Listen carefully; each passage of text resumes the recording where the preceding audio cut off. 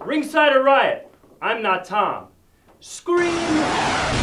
Hey, let's talk about wrestling. Pull a seat up and pour yourself a cold drink. We're gonna talk about the things that fire you up. Because it is wrestling. Everyone is coming down, not wearing a frown. Talk about it, we gonna talk about it. Talk about the things that really fire you up. And because it is wrestling, everyone is coming down, not wearing a frown. Is Daniel Bryan great? Yes! Yes! Yes! Did he put on a great match at SummerSlam? Yes! Yes! Yes! Was he the champion for a few seconds? Yes! Yes! Yes! Does this man want to see him as champion? No! No! No! Triple H is going to do everything in his power to take the championship away from Daniel Bryan and keep it away from Daniel Bryan. Oh, WWE is so boring. Nothing happens. Wait, what? SummerSlam, Monday Night Raw, incredibly eventful events that just took place. The entire landscape of the WWE has changed. This man helped this man win the WWE title from this man after he took it from this man. Oh, hold on a second. I need to recalibrate myself.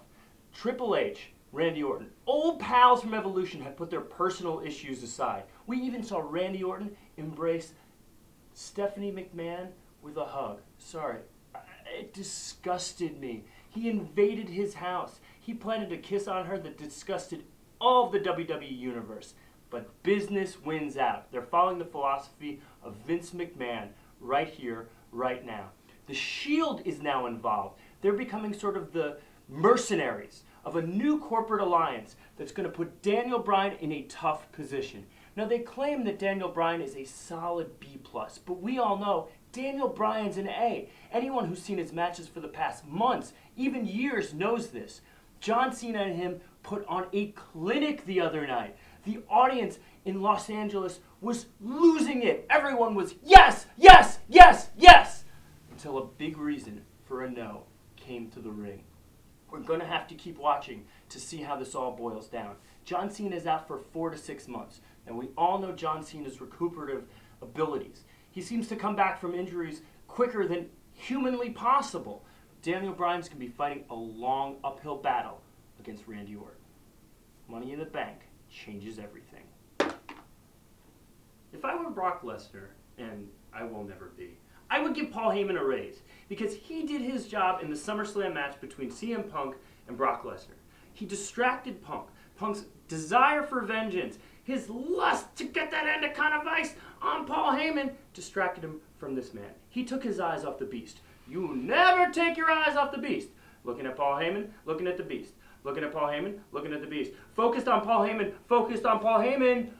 F5 onto the chair. Seriously, CM Punk, pay attention to this man. He's huge and he will hurt you. That was the difference in the match at SummerSlam. CM Punk's desire for vengeance on Paul Heyman. Now the next night he got to, beat up Curtis Axel and stuff, and I'm sure that was fun for him. But he still wants to get his hands on Brock Lesnar and get his hands on Paul Heyman. What do I think this is going to lead to? I don't know. Some kind of match with stipulation. Maybe if he beats Brock Lesnar, he gets 5 minutes in the ring with Paul Heyman. Maybe Hell in a Cell. Maybe a steel cage. Maybe something we've never heard of before. Because Paul Heyman's got some crazy ideas cooking up in his head. And CM Punk, he's a pretty crafty guy as well. I enjoyed the match. It was momentous. It was filled with emotion. But at the end of the day, CM Punk, he acted kind of stupid. And I don't say that a lot. Sorry. Ladies and gentlemen, the personal ring announcer of Rob Van Dam, Ricardo Rodriguez. I guess he's sort of the Bill Alfonso of today. Yeah, maybe a little bit. Listen, anything that gives Ricardo Rodriguez the chance to get revenge on Alberto Del Rio, I am all for. I hated the way Alberto beat up this lovable, strange ring announcer man. I mean, I guess this makes sense to pair the extreme wrestling style of Rob Van Dam with the funny, floppy-haired enthusiasm of Ricardo Rodriguez. Sure. Here's a new segment I'm calling Fist Figure Theater. My fist is Bray Wyatt. R-Truth, you'll be playing the role of R-Truth on Monday Night Raw. Here we go. Because that's what happened. A bull rush by Bray Wyatt, and the Wyatt family continues their path of destruction. Good job, Fist. Thank you. One more match. One more match. All right, Christian, you got your match against Alberto Del Rio, and you came up just short. Now, if you're watching the match, Alberto Del Rio had Christian's submission hold, where I kind of saw a pin take place that the ref didn't. Maybe Christian will bring this up in the coming weeks to try to get one more match. Wait, two more matches. Wait, three more matches for Christian. Keep giving him these matches. I mean, Tom's rolling over his grave about this loss for Christian, but we want another match. We want another match. With RVD in the picture, maybe this leads to a triple threat match. Just maybe. Christian's been on a hot streak, and I see no reason for Christian to go away. He's still going to be in title contention. 4 more matches. 4 more matches.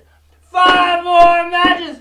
6 more matches. 7 more matches. 8 more matches. 9 more matches. What are we talking about? I got lost. Oh, my hand. My hand. I'm done with this segment. Welcome to Ringside Riot. We're going to bring on a couple guests to talk about the top subjects in WWE news right now. But first, a little experiment. We're going to see if I can microwave this burrito in the time it took Randy Orton to defeat Daniel Bryan for the WWE title. Let's see.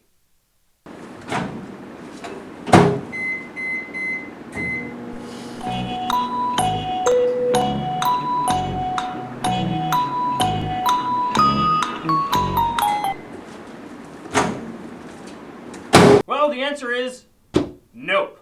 Okay, let's bring on our first guest. He claims to be the #1 John Cena fan in the entire WWE universe. Let's hear it for Mr. Jerry Horror. Jerry, how you doing there? Not so good. Not so good. Wow, it was a rough week for John Cena. He loses at SummerSlam. He's out for 4 to 6 months. You know what? What is Sean, this? you can have my human centipede. Human It Cena. only took 237 hours to build. Doesn't look that good. And you know what? You can have You Can't See Me 10 years of dominance. Blah, blah, blah, blah, blah, blah, blah. Are you giving me this because you like me, or what's No, going on? it's because John Cena's elbow is disgusting. It is. It is what? It's hideous. It's gross. It looks like there's a boob on his elbow. All right, yeah, maybe. So what now for you? You're done? No allegiance? I don't think you know what time it is, Sean. Do you know what time it is? I don't. Can you see what time it is? Don't have a watch It's on. the age of Orton, baby! The age of Orton! Whoa! What is happening? No! You are turning! Hell He's yeah! turning! Yeah! Oh He my turned! God! What you wanted! No! Yeah! No! Randy Orton is probably one of the best wrestlers of all time since Okay. John Cena. I just want to say that. I love him so much. And Randy Orton, if you could find it in your heart to send me some of the baby oil that you're not going to use tonight, I would love that. But Randy Orton's a viper. He took advantage of Daniel Bryan. He aligned himself with Triple H. Yeah, dude, something you wouldn't know about. Being the alpha male, being the apex predator, I don't know being the about that. biggest dog in the yard. I mean, I guess Randy Orton he's the champion. He took the easy way to do it. He's aligned himself with Triple H, Stephanie McMahon. They were enemies a few years ago. You know what? You break into somebody's house, you make out with their wife, whatever, it glosses over. Things change, people change, we're bigger than that. So now, we get back to it. It's the age of Orton, baby. I don't know if you can trust Randy Orton. I think I can. He'll turn on you. No, He'll no, give you no. an RKO just like that. RKO, RKO, RKO, RKO. I don't even know what word I'm There's saying. always naysayers, just like the last champion, John Cena, who was arguably the greatest wrestler of all time. Probably the greatest technical wrestler since Bret Hart. I don't know about that. That's a fact. You can read it on the internet, and everybody knows whatever you read on the internet is true. Okay, those are some good thoughts. Let's bring on our next guest. He is a man who hails from the water. Let's hear from the man known as Dramatico!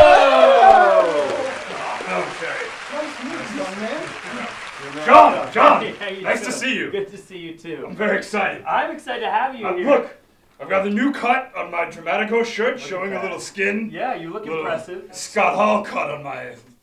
Don't go down Scott Hall's path though. He did a lot of bad things. He certainly did. But you're looking impressive. You sound great. You look great. You're in good spirits.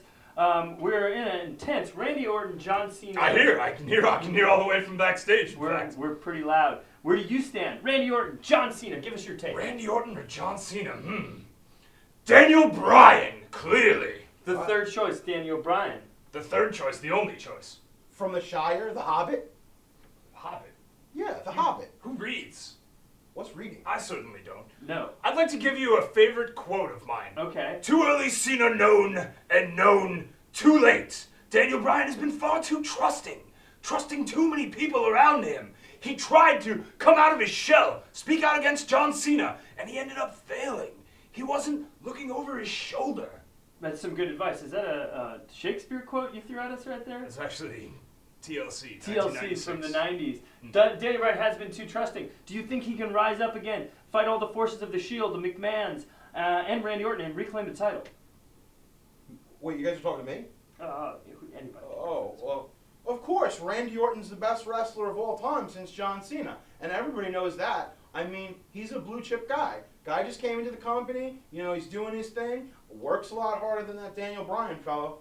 Well, I don't know about that. Dramatico? Absolutely not. Daniel Bryan has come from the bottom and risen all the way to the top, much like a muffin in the oven, exploding and bubbling over the side. He is kind of like a muffin. I think that's the best metaphor. It's right the there. most delicious independently wrestling muffin in the world. Muffins equal independent wrestling. Randy Orton's new to the company. Not true. Thank you for watching Ringside Riot. Thanks to my guests, Dramatico, Jerry Harr. Send more baby oil. And we'll see you next time. Ringside Collectibles, WrestlingFigures.com, the wheelchair playset. Come on, who's gonna take care of your injured superstars? Not me!